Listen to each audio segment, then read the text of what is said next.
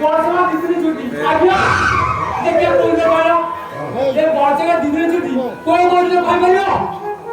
আরে আচ্ছা না কেন দেখতে লাগা হইতো কেন কই বলো ও দিনা ধরো দিদি বর্ষা দিদির ছুটি এই জায়গা এই গুড়া কাম বাড়ি আজ্ঞা আগে রাজা করে চাকরি খাতি বড়কে জমা তুমি ছুটি রাজা করে চাকরি খাতি বেজা বড় ঘরে রই বড় ভাত খাই বড় ঘরে রই বড় ভাত খাই আগে খাই খাই নিচে রাজা করে